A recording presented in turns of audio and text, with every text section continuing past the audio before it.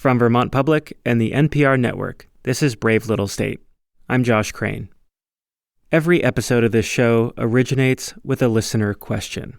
And you guys ask us a lot of questions about big topics here on the show. Things like the state of primary care in Vermont, or the struggles of the Postal Service. But sometimes we get different types of big questions. Questions that are about something deeply personal. That's the sort of question we're focusing on today. A question from a listener who's looking for help. Here's reporter Nina Keck.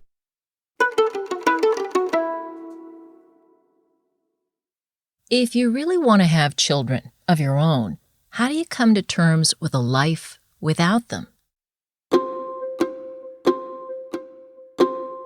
This question cuts close to the bone for more people than you think. And frankly, it's not something people talk about publicly. It is very private. Yeah, definitely. It gets awkward. It's not something people talk about even though it's so common.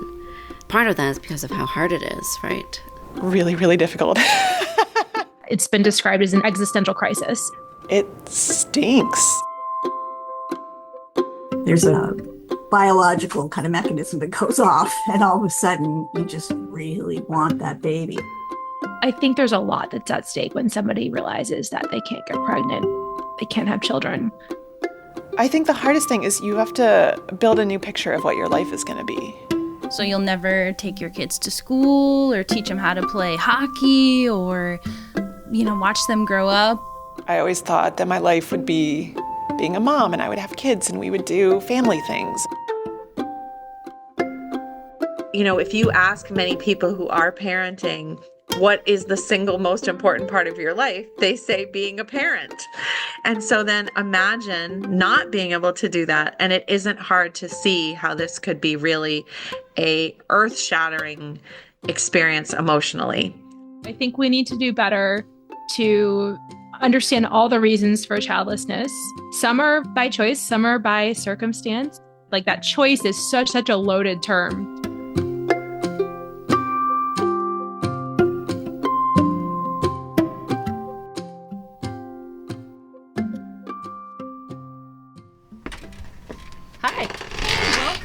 Thanks. Every episode of Brave Little State begins with a question from a listener. Today, that listener is Gina Accorsi.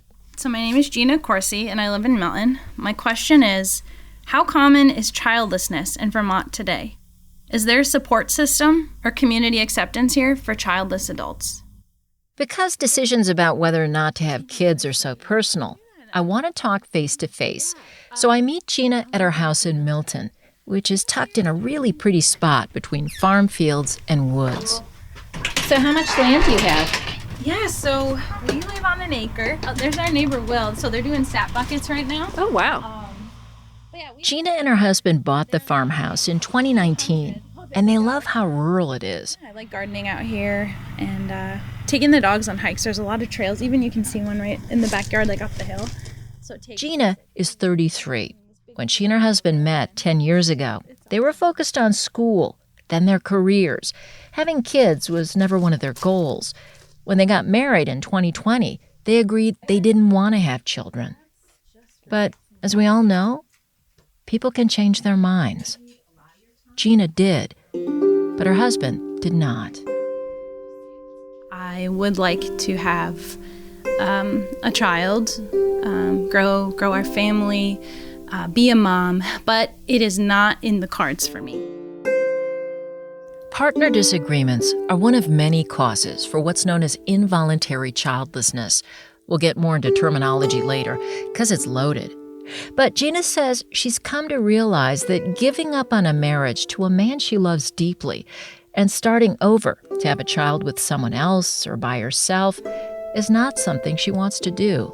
Yeah, it's scary a little to talk about it. Having made that decision, now she's grieving the loss of a path she can't take and looking for support as she charts a new one. I think sometimes with childlessness, it can be hard to find community. I think there's a lot of very private hardship that happens. And so it's hard to know who else maybe is out there like that, like to know it's not just you. And then when you're seeking help, it can be hard to know where to look and how to ask with something that is so private feeling. When Gina looked online, she found social media influencers, meditation guides for childlessness, and podcasts. Lots of podcasts. And it's a very great pleasure today to speak to Jody Day about childlessness. This is Happy Childless Mindset Podcast. I will spend up to my 42nd birthday single and childless. Wow, how did that happen? I'm Helen Gallagher. This is Happy. None of these resources resonated with Gina, at least not in any lasting way. For me, it was kind of like if you go through a breakup and you eat ice cream. Because it may make you feel better for a little while, but the ice cream doesn't help with your problem. Like, I didn't feel very uplifted by it, but I did feel a little bit like, okay, there are some other people somewhere out there. Except actually finding those people out there, finding that in-person support, it proved difficult. I didn't succeed at that. She followed her therapist's suggestion to join a local grief support group. Gina found one, but it was for people who'd lost loved ones, and the group politely told her no. Not like my grief wasn't enough or valid or something, but it wasn't like the right kind of grief, I guess, for that. And so I'm like, all right, this isn't my community, but that's okay. But where do I fit into this? Where can I go? Yeah. So, dear listeners, Gina turned to us to find support, answers, and advice on childlessness. Yeah, ironically, another podcast. I believe in Brave Little State. I know you guys can do it. And I thank you because I feel a little braver for having asked and talked to you about it. We'll be right back.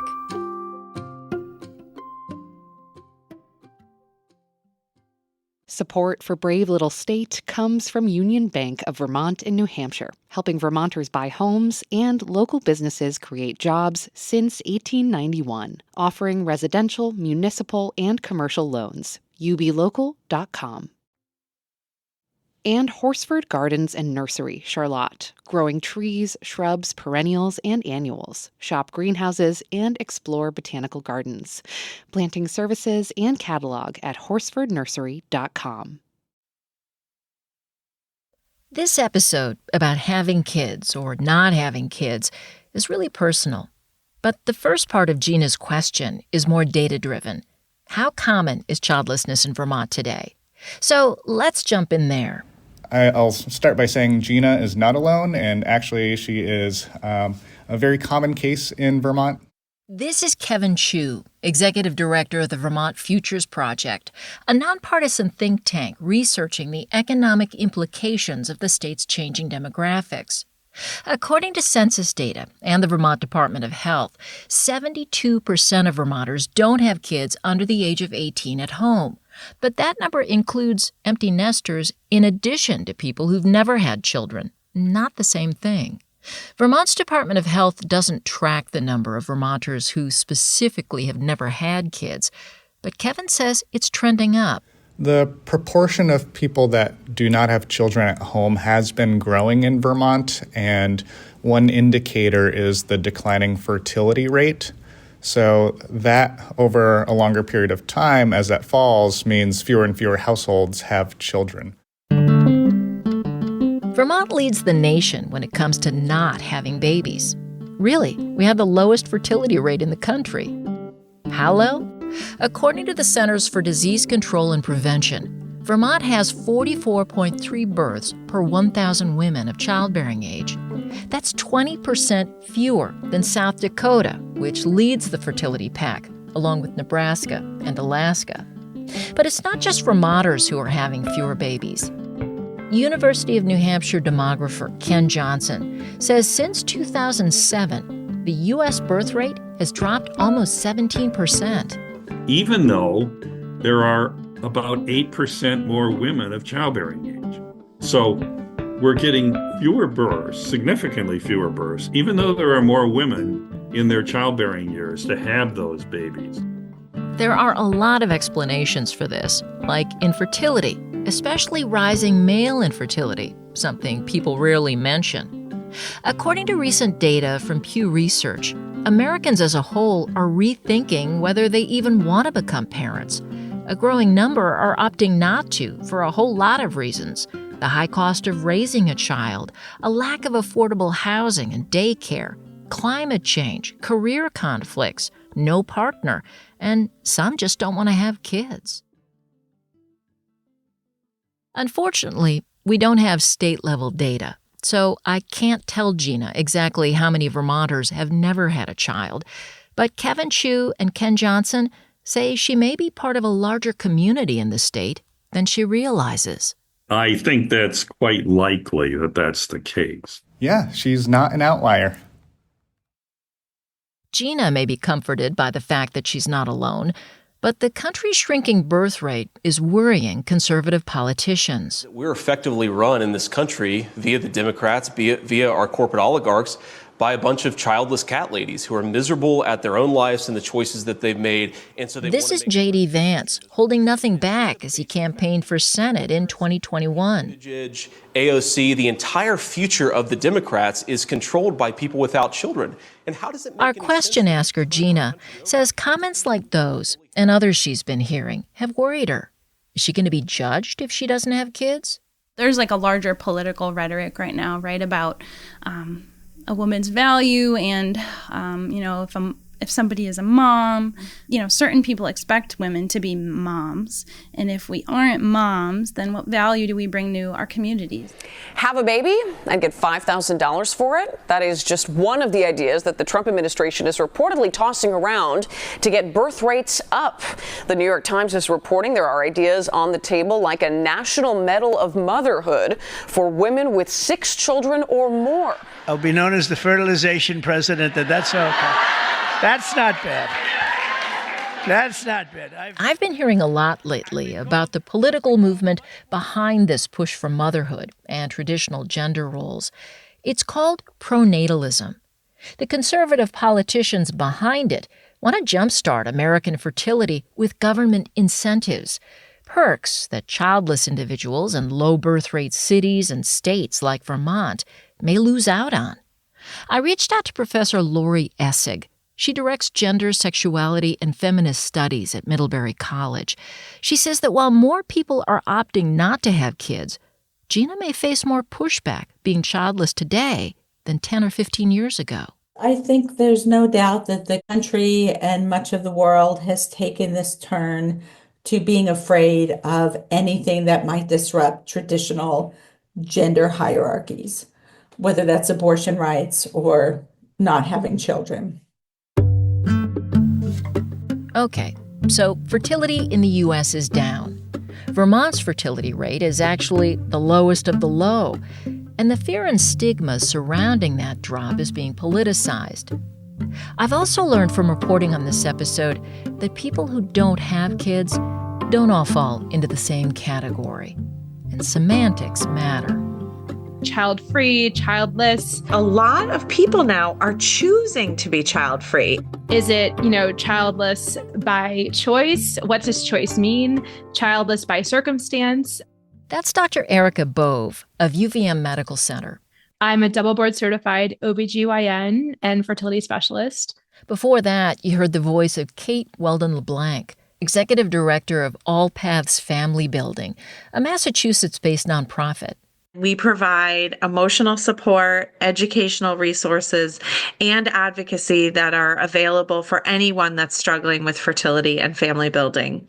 Kate, Erica, and everyone I interviewed for this episode say it doesn't matter if someone is child-free and happy about it or childless and grieving when it comes to stigma. It's still there. And friends, family, even strangers feel like they can weigh in. My very Catholic parents, what are they going to say? Awkward conversations of being at a dinner party and someone saying like, oh, are you guys trying yet? Well-meaning but insensitive people who just say the absolute worst things. Someone said to me, not everyone is meant to be a parent. That was really, really hard. Here's a pro tip. If you want to support a friend or family member who is childless and grieving, Kate Weldon LeBlanc says, skip the advice and definitely don't say, why don't you just adopt? In my experience, if you just say, something to the effect of, this seems like it is or would be very challenging. And we love you, and we're so sorry you're going through something that is likely very challenging, and we are here for you in any way that we can help you. As for Gina's hope of finding an in-person support group in Vermont, I failed, despite calling lots of people in different parts of the state. Like Chelsea Oclatus. She's the nurse manager at Maitri Healthcare for Women in South Burlington. And we ended up having a long conversation. I think a support group would be a good idea, but I don't actually know of one that exists. Chelsea told me she can empathize with Gina's situation of being at odds with her partner over whether to have kids. Everything is so variable of where you are in your life, who you are with in your life, who you surround yourself with. But yeah, it is a really hard predicament. She's just said many times that she doesn't really know what box she fits into, where she can find support. Right. Can I ask all the other nurses in the room if any of them have any thoughts? I'd be appreciative of that. Yeah, please do. Okay, hold on one second.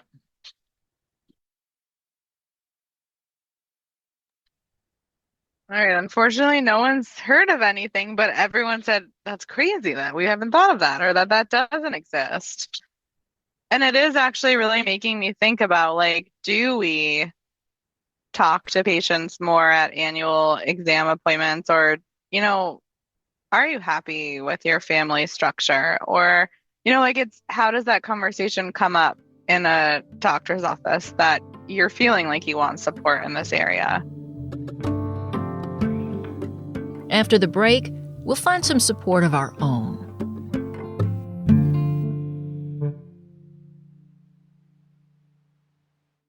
Support for Brave Little State comes from Vital, Vermont information technology leaders. Did you know that 98.9% of Vermonters share health data with their providers through the nonprofit Vital to support better care?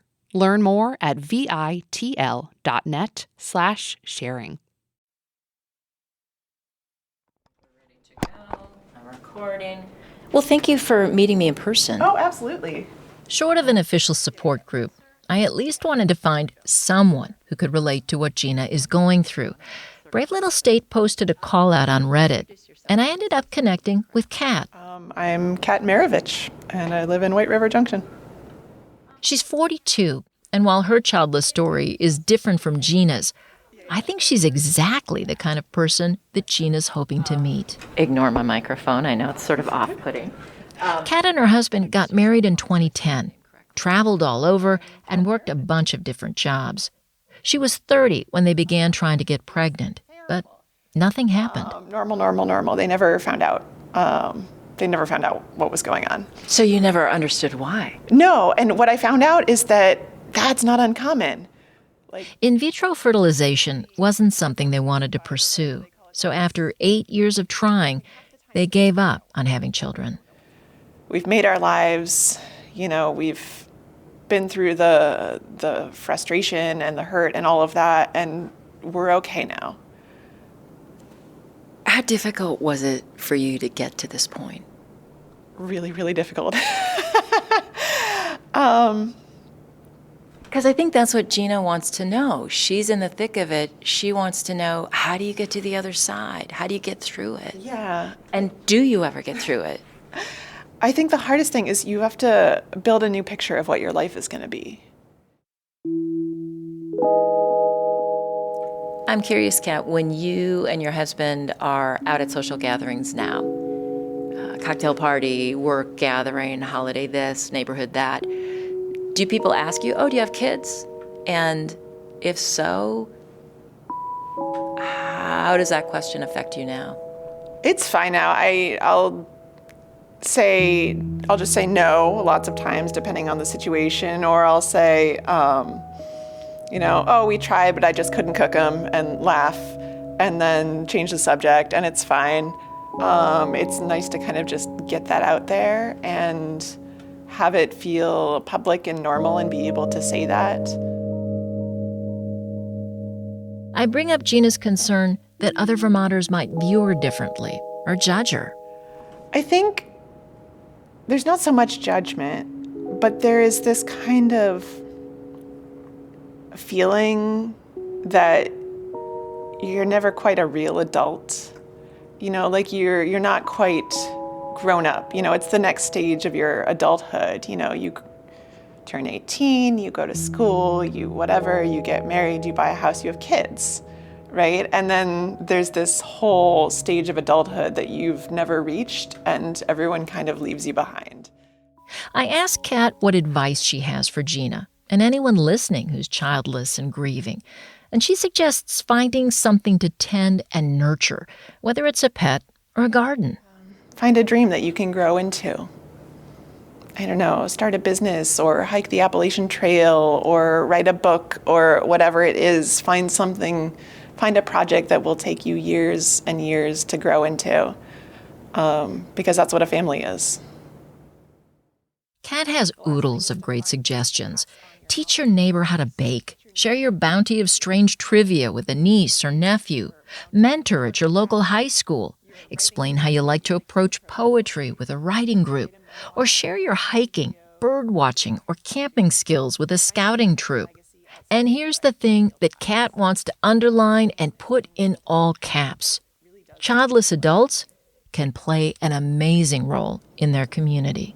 So when I was a teenager, my mom's best friend took me out for lunch one day, and she told me that if there was ever anything that I needed help with that I didn't want to tell my mom, I could tell her and she would help me, and she would not tell.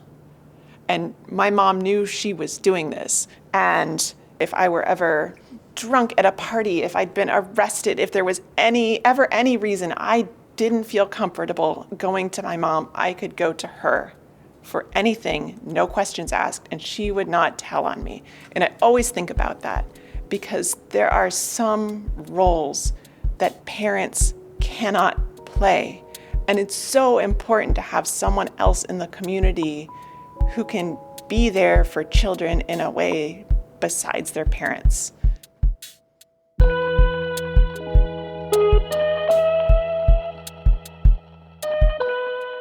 In talking to Kat, I asked her how she navigated her grief early on. If the in-person support that Gina is looking for would have been helpful as she came to grips with childlessness. It's not something that I sought out, and I'm not sure why, now that I think about it. Why didn't I ever look for that?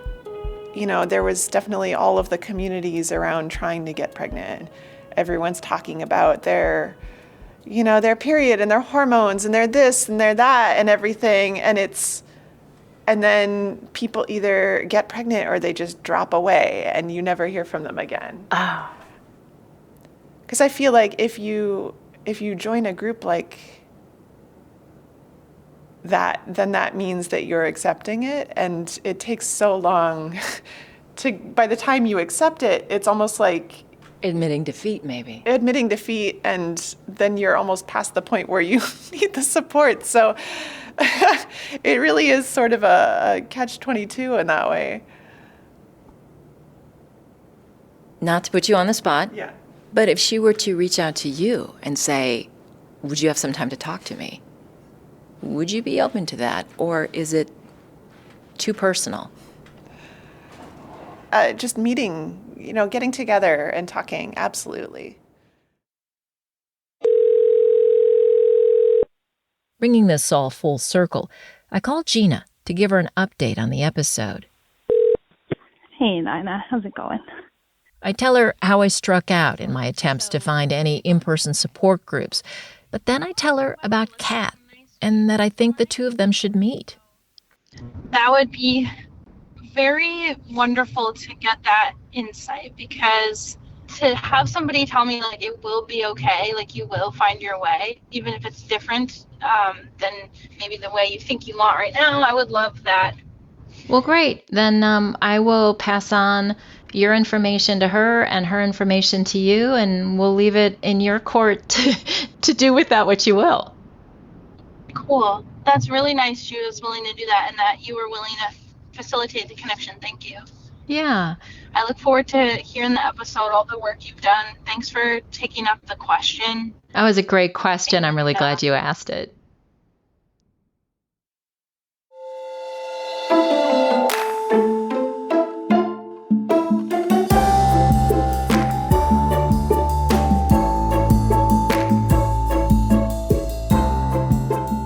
Thanks for listening to the show, and thanks to Gina Accorsi for the great question. If you have a question about Vermont history, a local mystery, or life in this region, you can submit it at bravelittlestate.org. That's also where you can go to vote on other listeners' questions you want us to tackle in upcoming episodes. And make sure to subscribe or follow the show in Spotify, Apple Podcasts, or your other favorite podcast app.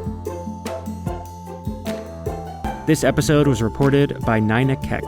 Editing and production from the rest of the BLS team. That's Sabine Pooks, Burgess Brown, and me, Josh Crane. Our intern is Lucia McCallum. Angela Evansy is our executive producer. Theme music by Ty Gibbons. Other music by Blue Dot Sessions. Special thanks to Kim Butterfield, Felicia Kornbluh, and Ananda Boyer. Brave Little State is a production of Vermont Public and a proud member of the NPR Network.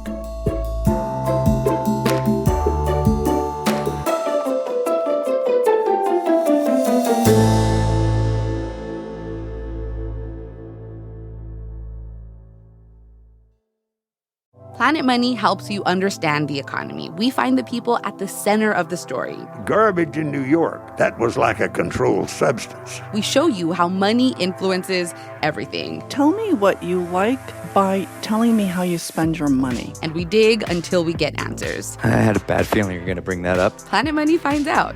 All you have to do is listen. The Planet Money Podcast from NPR.